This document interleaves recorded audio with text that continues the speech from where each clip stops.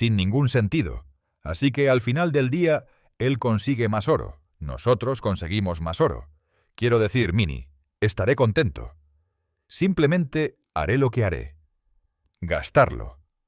En el momento en que Tony Beats llegó a las grandes pantallas en la temporada 2 de Fiebre del Oro, todos sabíamos que era problemático. Los susurros comenzaron. Los mineros intercambiaron miradas y los expertos levantaron las cejas. Todos estaban demasiado cautivados por sus enormes dragas y su inolvidable acento. Nadie prestó atención a las señales. Nos advirtieron sobre lo que sucede cuando te cruzas con el rey de Klondike y nadie hizo caso. Ahora el drama se ha convertido en algo mucho más grande que un simple espectáculo de telerrealidad. La pregunta no es por qué no escuchamos, es una cuestión de cómo pasamos por alto todas las señales. Tony Beats. Tony Beats nació el 15 de diciembre de 1959 en Videns. Puede que sonara como si existiera en medio de la nada, pero era un pequeño pueblo rural en los Países Bajos. Crecer en el campo holandés durante los años 60 y principios de los 70 significó que experimentó una infancia diferente a la de la mayoría. Estaba aún más alejado de los campos de oro que eventualmente llegaría a amar. Whiteness, ubicado en la provincia de Holanda septentrional, era una modesta comunidad agrícola. No había mucho que hacer en este pueblo, pero tenía todo lo que necesitaban para sobrevivir. Desde muy joven, Tony no era ajeno al trabajo. El joven Tony aprendió rápidamente que quejarse no te llevaba a ninguna parte. El mundo tal como lo conocía eran los paisajes accidentados de Widens y las personas que creían en el poder y la dignidad del trabajo físico. Asistió a escuelas locales en el área, pero finalmente compartió que nunca se había interesado en el trabajo académico. En el aula se sentía confinado. Prefería la acción, no las teorías y el papeleo. Cuando completó su educación básica, supo que se centraría en aprender habilidades prácticas que sirvieran para un propósito en el mundo real. Los Países Bajos, en la década de 1970, eran una tierra de oportunidades limitadas. Su vida sería predecible si hubiera elegido quedarse. Trabajaría la tierra, ganaría un salario modesto y cuidaría de su familia. Pero uno no podría clasificar a Tony Beats y la modestia en la misma categoría. Había nacido con un hambre insaciable de éxito. Quería algo más grande que la vida en la que había nacido. Durante sus años de adultez temprana en los Países Bajos, Tony conoció a Minnie, quien se convertiría en su esposa y socia comercial. Compartían las mismas creencias sobre la vida y los riesgos. Creían que la comodidad y la seguridad debían ganarse, no esperarse. Ambos experimentaron la vida en condiciones rurales difíciles y sabían que la vida era más grande de lo que veían. El dúo se casó a una edad temprana y rápidamente comenzó a hacer planes para el futuro. Canadá representaba todo lo que su pequeño pueblo holandés no podía ofrecer. Había vastos espacios y tanto potencial sin explotar del que la gente hablaba tan bien. En 1984, a la edad de 24 años, Tony decidió trasladar sus pertenencias y a su querida esposa Minnie, a Canadá. Inmigraron básicamente sin nada a su nombre. No había dinero, ni perspectivas, ni oportunidades de trabajo con las que contaran. Llegaron al país con una fuerte creencia en sí mismos y la voluntad de trabajar cuando era necesario. Los Beats se establecieron en la Columbia Británica, y Tony trabajó donde pudo encontrarlo. Fue difícil al principio, los primeros años en el país fueron humildes. Trabajó en sitios de construcción y realizó trabajos manuales. Hizo lo que pudo siempre y cuando pudiera traer algo a casa. El ajuste a la vida en Canadá estaba lejos de la vida que había previsto para su familia cuando salieron de los Países Bajos. La barrera del idioma era real y las dificultades financieras eran constantes. Pero Tony Beats no pensaría en renunciar. Significaría que habían llegado tan lejos para nada. Durante estos primeros años en Canadá, Tony escuchó por primera vez sobre el territorio de Yukon y sus oportunidades de minería de oro. Yukon fue famoso por la fiebre del oro del siglo XIX que atrajo a buscadores de todas partes. Para aquellos que no habían oído, Yukon era un entorno extremo con largos inviernos y aislamiento de la civilización. Tony Beets vio una oportunidad para salir de sus terribles circunstancias. La familia decidió que era hora de hacer otro movimiento. Esta vez se mudaron a Dawson City en Yukon. Aquí Tony comenzó a trabajar para operaciones mineras establecidas. Comenzó el oficio desde abajo y comenzó a aprender todo sobre el equipo involucrado en el negocio desde cero. Operó equipos, trabajó largos turnos en condiciones duras y absorbió todo el conocimiento que pudo sobre las operaciones de minería de oro. Sorprendentemente para el chico de los Países Bajos, que solo conocía las granjas y la dura economía canadiense, se dio cuenta de algo refrescante. Tony Beets finalmente había encontrado su vocación. No estaba en las cómodas granjas holandesas o en las grandes ciudades del sur de Canadá. Estaba en los campos de oro de Yukon. A través de estos años difíciles, Tony y Minnie también estaban construyendo su familia. Trajeron 4 hijos al mundo: Kevin, Mónica, Mike y Bianca. A pesar de las dificultades financieras que experimentaron durante su viaje a la minería de oro, Tony se impuso el deber de mantener a su familia a medida que crecía. Inculcó la mentalidad que su padre le inculcó mientras crecía. Se aseguró de que vieran que nada podía ser entregado fácilmente. Entre sus últimos 20 y 60 años, vieron que su padre había construido un legado del que muchos apenas podían presumir. Tony se había transformado de un granjero holandés en un minero endurecido de Yukon. Se convirtió en el propietario de una de las operaciones mineras más exitosas en Klondike, y todo se debió a su arduo trabajo al unirse a Gold Rush. Cuando Discovery Channel llamó en 2010, Tony se había convertido en una fuerza en los círculos mineros de Yukon. Era dueño de muchos equipos y múltiples reclamos. Se había ganado una reputación como uno de los mineros más desafiantes y exitosos de Klondike, pero sin la fama de la telerrealidad, solo era conocido en Dawson City y la comunidad minera. Era básicamente anónimo para el resto del mundo. Los productores de Gold Rush estaban buscando expandir el elenco para una segunda temporada. La primera temporada se había centrado principalmente en Todd Hoffman y su equipo de mineros aficionados. Habían generado calificaciones justas, pero la audiencia quería a alguien que supiera lo que estaba haciendo. Se sentía como si Todd y su equipo solo estuvieran jugando a ser menores. Cumplieron un propósito, pero se necesitaba un contraste para mostrar cómo un experto usualmente abordaría las situaciones que enfrentan diariamente. Tony Beets era el hombre que estaban buscando. Al principio, Tony no estaba dispuesto a mostrar su vida y sus negocios al aire así. La telerrealidad parecía algo que le quitaría la concentración de la minería, y no tenía interés en convertirse en un animador, pero los productores fueron persistentes. Finalmente, los incentivos financieros y la posible exposición comercial lo convencieron de intentarlo. Tony Beets hizo su primera aparición en la telerrealidad en 2011, y el programa nunca siguió siendo el mismo.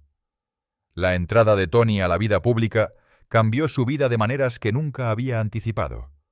Su actitud brusca, su marcado acento holandés y su enfoque directo a la minería lo convirtieron en un favorito de los fanáticos. A los espectadores les gustó que supiera lo que estaba haciendo con respecto a la minería. Maldijo abiertamente cuando algo salió mal. Si el equipo se averiaba o alguien en su equipo actuaba fuera de lugar, reaccionaba rápidamente. Tenía una personalidad autoritaria de amor y resonó con el público dentro de su rango de edad. Sintieron que este enfoque se había desvanecido en los tiempos modernos.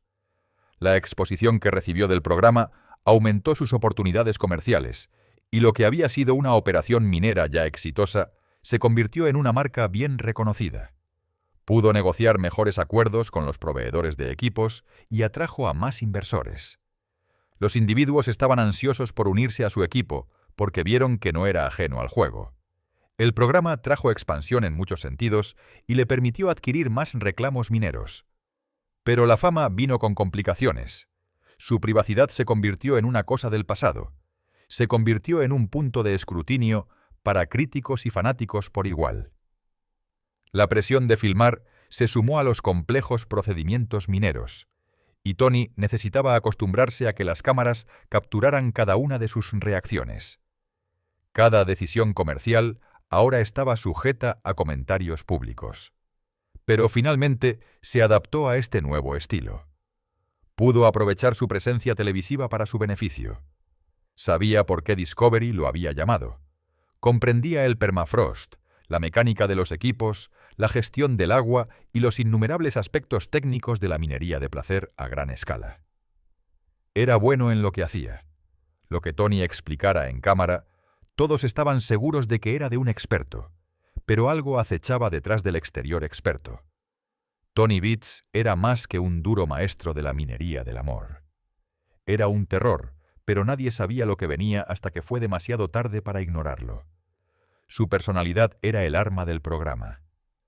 Tony tenía un temperamento que podía causar caos. Su temperamento, si se activaba más de lo necesario, podía provocar pérdidas. Utilizaba un lenguaje extremo y se negaba a ceder. Cualquiera que fuera lo suficientemente desafortunado como para ser objeto de su temperamento, lamía sus heridas en silencio porque no se podía saber lo que Tony podía hacer si se quejaba. Los acalorados argumentos en los que Tony Beets siempre se encontraba eran oro de la telerrealidad. Mantuvo a los espectadores emocionados y entusiasmados. El programa exploró las muchas facetas del personaje de Tony. Tenía respeto por el trabajo duro y era ferozmente leal a su familia. Era genuinamente apasionado por su trabajo, pero siempre listo para pelear si era necesario. Era interesante presenciar todas las dimensiones de la personalidad de Tony Beets. También aportó un estándar al programa. Sus operaciones de dragado, las compras masivas de equipos y las empresas mineras multimillonarias aumentaron considerablemente las apuestas. Cuando Tony compró una draga de 75 años, pasó temporadas dándole vida. Los espectadores ya no solo veían un procedimiento minero, sino un proyecto de ingeniería en tiempo real. Estaba mostrando a los espectadores cómo se veía una mina exitosa. Las relaciones de Tony con otros miembros del elenco de Gold Rush variaron desde la tutoría hasta el conflicto total. No había intermedio con Tony Beets.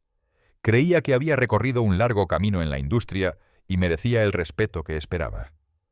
Sus interacciones con Todd Hoffman estaban llenas de contención. Todd era todo lo que a Tony no le gustaba ver en un menor. Todd tuvo el desafortunado destino de ser inexperto y poco realista. Tony sintió que estas cualidades simplemente significaban incompetencia. Sus primeras interacciones tuvieron el tipo de tensión que prometía desacuerdos ardientes. Tony apenas ocultó su desprecio por el estilo de Hoffman de dirigir su operación minera. Afirmó que Todd era solo un pretendiente en la profesión que quería un respeto que tenía que ganarse a través de años de arduo trabajo. Todd fue solo una de las muchas personas con las que Tony estaría en desacuerdo. Los miembros del elenco mantuvieron la distancia y le permitieron a él y a su equipo operar en su propio espacio. ¿Alguna vez los productores del programa consideraron lo que su relación con otros miembros del elenco significaba para el programa? Sí. Y significó más audiencia. La matemática de la telerrealidad era que cuanto mayor es el drama, mayor es el atractivo. Las señales de advertencia, cuando el contrato termina, cuando estoy asumiendo todo el riesgo. Y estás ganando más dinero con los derechos. Tony Beets había pasado un par de años en el programa y todos podían hacer una descripción adecuada de su personalidad. Había demostrado su arte y afirmado su dominio en el área, pero habría una serie de eventos que mostrarían la bola de demolición que Tony Beets realmente era. El primero de estos eventos comenzó en octubre de 2014. La decisión de Tony condujo a uno de sus problemas legales más serios. Estaban filmando para la 6ª temporada del programa cuando uno de los miembros de su equipo vertió gasolina en un estanque de dragado en Indian River y le prendió fuego. Lo llamaron el bautismo vikingo, que se hizo con la aprobación de Tony. Tony estaba de pie frente al agua en llamas con los brazos extendidos y las cámaras capturaron todo. Esto podría haber sido un pequeño truco para mostrar su dominio, pero en realidad acababan de cometer un delito. Tony y su compañía, Tamarack Incorporated, violaron la ley de aguas de Yukon. Vertieron productos inseguros en aguas protegidas y no lo informaron a las autoridades. El subcontratista, Mark Favern, afirmó que fue su idea en su último día de trabajo, pero no podía asumir la culpa por nadie. Tony era el jefe y era responsable. Las consecuencias legales vieron la luz. Todos se olvidaron de ellos hasta 3 años después. En agosto de 2017, Tony y Tamara King fueron multados con 31.000 libras por el truco que hicieron en el estanque. Mark pagó solo 1.725.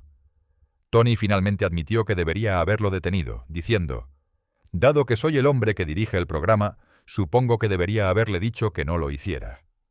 Solo mostró que le importaban las consecuencias cuando afectaba su billetera. Discovery Channel transmitió las imágenes. Mostraron a Tony cometiendo una violación ambiental en la televisión. Esto debería haber sido una enorme bandera roja. En cambio, el programa lo mantuvo. Se pagó la multa y todos siguieron adelante como si nada hubiera pasado. Pero reveló algo importante sobre Tony Beats. Creía que las reglas no se aplicaban a él. Si lo hiciera, solo cedería si afectaba sus ganancias. Esta fue solo la primera de muchas señales que se convirtieron en una molestia para los miembros del elenco en el programa. La relación de Tony con Parker Schnabel fue lo siguiente que se volvería agria. Al principio, su relación era de mentor y estudiante. Rápidamente se convirtió en una situación tóxica. Los conflictos fueron constantes cuando Parker trabajó para Tony al principio de su carrera minera. Tony trató a Parker como trataba a todos los demás. Siempre estaba criticando, siempre exigiendo y nunca elogiando.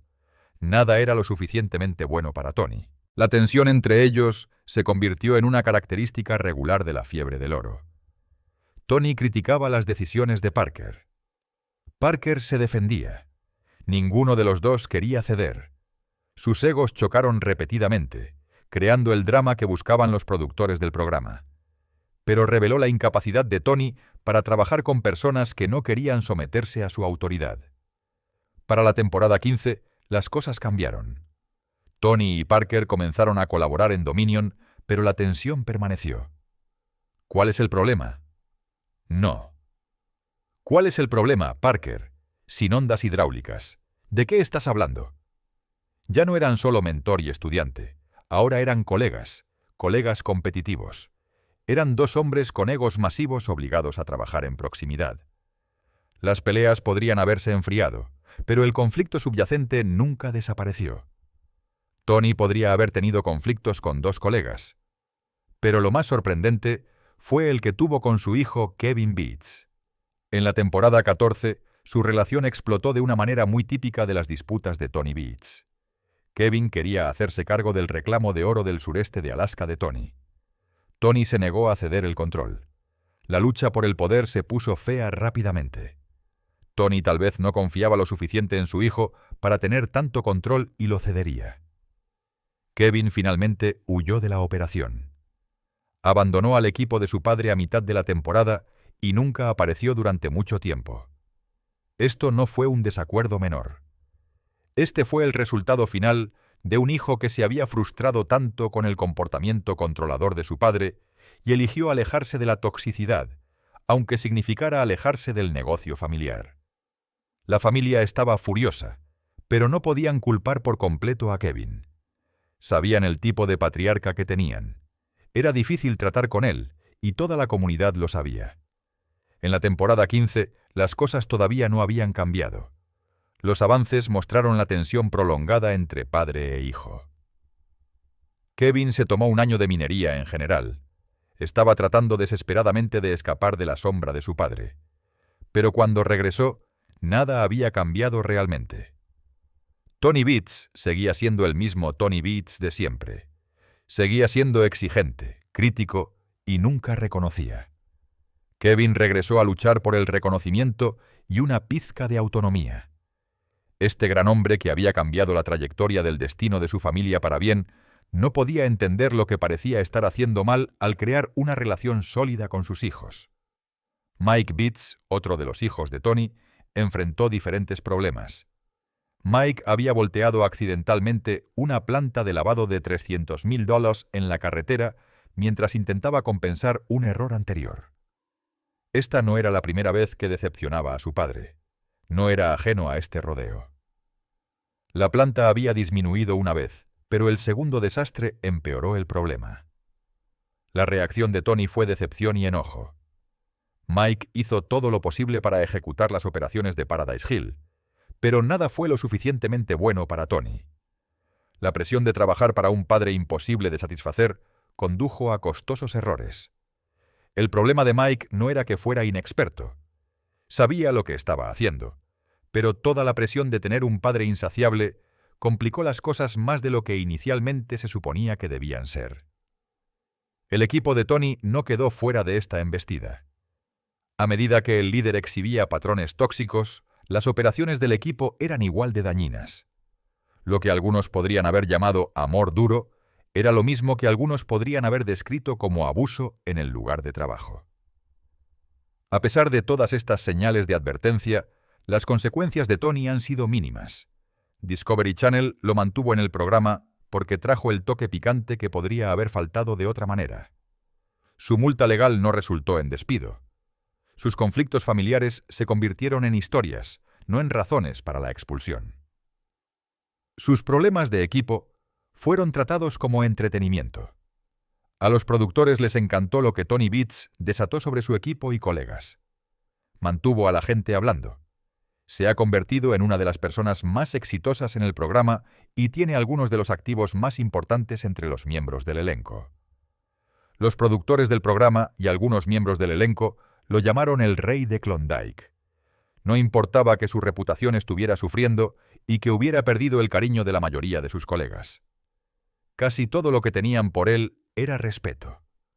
Respeto por su trabajo y lo bien que había aprendido el oficio. Sus relaciones con sus hijos estaban dañadas, posiblemente de forma permanente. La lealtad de sus equipos estaba asegurada con miedo y dinero. Su legado fue uno mantenido por la dominación. Los estándares imposibles pueden haber parecido lo que significaba tener expertos en el programa. Las peleas con sus hijos podrían haberse visto como disciplina parental. Las peleas de Parker podrían haber sido simples malentendidos o, en algunos casos, falta de respeto por parte de Parker Schnobel. Muchos vieron las explosiones y los conflictos de Tony como drama, no como un patrón de comportamiento que necesitaba ayuda para cambiar. Discovery Channel se benefició de su disfunción, y así es como nunca vimos las señales por lo que realmente eran. Las consecuencias de las acciones de Tony apenas arañaron la superficie. Nunca fueron publicitadas. Estas consecuencias fueron personales y le costaron más de lo que podría haber imaginado. Había quemado puentes al construir su imperio, que era el costo real. Era una deuda que pagaría mucho después de que las cámaras se apagaran y la fama se desvaneciera. El factor entretenimiento. Tenlo claro, ahora tus cajas de licor están en el banco. Discovery Channel no solo transmitió el comportamiento de Tony Beats, lo empaquetaron y comercializaron para su beneficio. El equipo de edición de la cadena puso cada duelo jugoso en el centro del escenario para que todos lo vieran. Capturaron los momentos más volátiles de Tony y aumentaron la tensión con música dramática. A veces, una discusión de 5 minutos se convertía en una historia que se extendía a lo largo de la temporada. Un simple desacuerdo se convirtió en un episodio que ningún verdadero fan querría perderse. La estrategia de marketing presentó las maldiciones y el temperamento explosivo de Tony como entretenimiento y promocionó su personaje más grande que la vida. Este defecto se convirtió en lo que la audiencia vio como autenticidad. Discovery no tenía ningún incentivo para abordar el comportamiento de Tony porque ese comportamiento impulsaba las calificaciones. Cuando Tony le gritaba a su equipo, la audiencia se disparaba. Cuando chocaba con sus hijos, las redes sociales explotaban con comentarios. La cadena entendió que conflicto es igual a participación, y participación es igual a ingresos publicitarios. Pedirle a Discovery que interviniera en el estilo de gestión de Tony sería como pedirles que mataran a su gallina de los huevos de oro. No iban a arreglar lo que les estaba dando dinero. Al presentar el comportamiento de Tony al público semana tras semana, la cadena normalizó este comportamiento, haciendo que estas crueles condiciones de trabajo parecieran el único tipo de lugar de trabajo que importaba. Tony Beats se convirtió en un símbolo de la masculinidad tóxica disfrazada de valores tradicionales. Su negativa a mostrar emociones, excepto la ira, fue una de las muchas cosas que la sociedad consideró viriles. Muchos afirmaron que actuó de la manera en que lo hizo porque era de una generación diferente, lo que impidió que muchas personas profundizaran en la situación. Muchos consumieron el entretenimiento y Tony Bits se hizo más rico por ello. Nada realmente cambió y solo el tiempo dirá si se volverá más suave con la edad o si hay algo peor que esperar. Discovery Channel encontró oro cuando tropezó con la idea de Gold Rush para la televisión de realidad. La minería de oro a pequeña escala en Alaska se estaba volviendo popular, y Yukon era donde todos los demás querían estar. El público quería ver el trabajo estadounidense de la manera más perforadora, y la minería de oro trajo precisamente eso a los 4. El equipo siguió a mineros inexpertos mientras arriesgaban todo en la búsqueda del sueño americano. Discovery no quería mineros establecidos y exitosos para la primera temporada. Intentaron luchar, querían el fracaso, querían la desesperación que mantuviera a los espectadores regresando semana tras semana. Encontraron a Todd Hoffman y su equipo de Oregón. Estos hombres no tenían experiencia en minería. Sin embargo, habían vendido sus casas, agotado sus tarjetas de crédito y se dirigieron a los terrenos impredecibles de Alaska con equipo prestado y mucha esperanza. El riesgo hizo que el programa fuera todo. Cuando Gold Rush se estrenó en 2010, tuvo más de 3 millones de espectadores por episodio en su primera temporada. Millones de estadounidenses estaban luchando financieramente y soñando con su propia fuga. El programa estaba colocando las vidas de personas comunes con problemas similares en la televisión de realidad para que el mundo las viera. La temporada 2 necesitaba algo diferente que trajera una nueva dinámica al elenco. Esto fue lo que llevó a la presentación de Tony Bits al programa. Su adición trajo métodos de la vieja escuela y el enfoque de un menor experimentado al programa. El programa continuó expandiéndose en elenco y en espacio físico. Seguir a un equipo en Alaska creció en múltiples operaciones en diferentes ubicaciones. Parker Schnobel surgió como un joven menor que trabajaba en el reclamo de su abuelo. Rick Ness comenzó su propia operación. El equipo de Hoffman rebotó entre Alaska, Oregón, Guyana y finalmente Colorado antes de que Todd dejara el programa después de la temporada 8. Lo que comenzó como una historia de un equipo se convirtió en varios equipos en varias partes del país, luchando por triunfar en los campos. El éxito del programa condujo a múltiples spin-offs. Gold Rush, la Tierra proporcionó contenido detrás de escena y resúmenes. Gold Rush Whitewater siguió a los mineros que trabajaban en reclamos submarinos. Gold Rush Parker's Trail documentó las aventuras de Parker Schnobel explorando regiones mineras históricas. Gold Rush. Winter's Fortune siguió a los mineros que arriesgaron el clima traicionero para ver si se podía descubrir oro. Cada aspecto de la minería de oro se convirtió en su propia franquicia. Para cuando el programa llegó a su 10ª temporada, se había convertido en el programa más largo y exitoso del canal. La gente esperaba con ansias los viernes por la noche, porque siempre había algo nuevo sucediendo en el programa. Siempre había algo para mantenerlos comprometidos y pegados a sus pantallas en una misión de pleno invierno para llegar a su aislado campamento de McKinley que se encuentra en lo alto de la nieve. Discovery empleó una edición pesada para la mayoría de los episodios, pero se benefició enormemente de sus afirmaciones de autenticidad. Las fallas del equipo, los desafíos climáticos, las presiones financieras y los malentendidos fueron cosas que la gente presenció en su vida diaria. Por lo tanto, estaban encantados de ver personas que se parecían mucho a ellos en sus pantallas, luchando por ganarse la vida y algo de respeto. Los espectadores podían sentir que estaban viendo apuestas reales, incluso si la presentación estaba dramatizada. Cuando la pandemia golpeó en 2020, surgieron nuevos desafíos. La temporada 11 mostró a los mineros luchando con los cierres de fronteras, las interrupciones de la cadena de suministro y los protocolos de salud. La pandemia no fue una señal para que el canal cortara la producción. Lo vieron como otra capa de dificultad que seguramente crearía drama. El programa entró en su temporada 15 en 2024 y mantuvo números impresionantes. Su longevidad muestra que Discovery está en algo. Pusieron el entretenimiento por encima de todo, lo que ha dado sus frutos hasta ahora. Continúan evolucionando con los tiempos. Discovery aumentó la participación en las redes sociales y lanzó contenido extendido en plataformas de transmisión.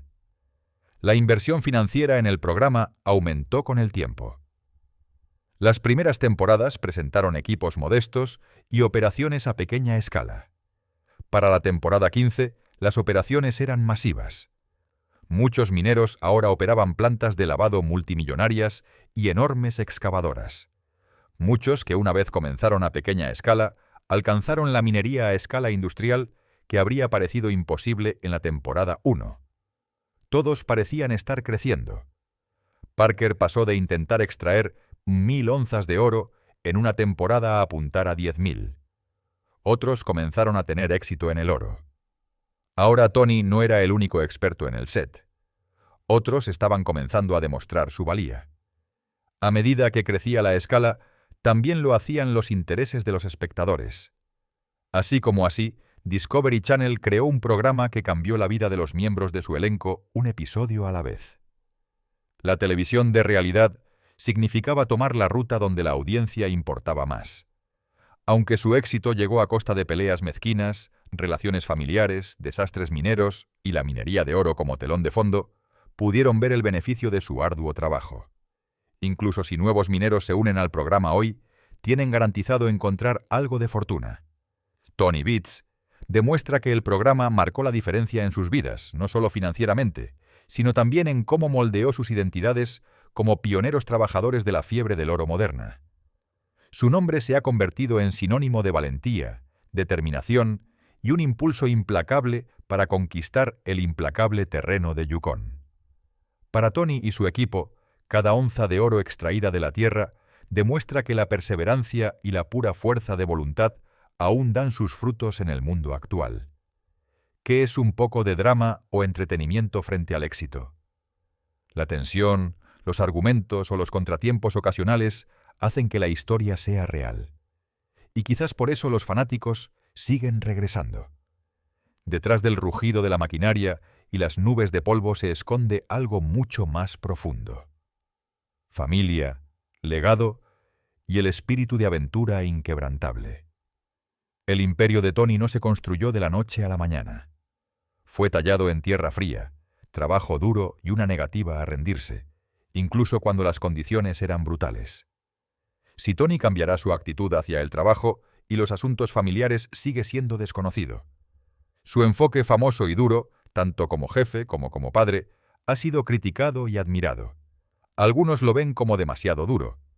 Otros lo llaman un hombre que exige excelencia. A lo largo de los años, los espectadores han presenciado destellos de su lado más amable, momentos de orgullo cuando sus hijos tienen éxito o de reflexión cuando el costo de la minería pesa sobre él. Pero esos momentos son raros, lo que los hace aún más poderosos. Al final, lo único que importa es que Discovery se arriesgó a seguir a un grupo de personas comunes cavando en la tierra, y esa apuesta se convirtió en oro literal para la cadena. El éxito de la fiebre del oro ha transformado a los mineros en nombres familiares y ha inspirado a muchos otros a perseguir sus sueños. No importa cuán incierto sea el terreno, siempre y cuando el oro siga fluyendo y la pasión por la minería arda con fuerza. No se sabe cuánto más drama, triunfo y transformación les esperan al patriarca Beats y a la próxima generación que se atreve a hacerse rica bajo su atenta mirada. ¿Qué piensas sobre los métodos de trabajo de Tony Beat? Por favor, comparte tus pensamientos en la sección de comentarios. No olvides darle me gusta a este video, compartirlo y suscribirte a este canal.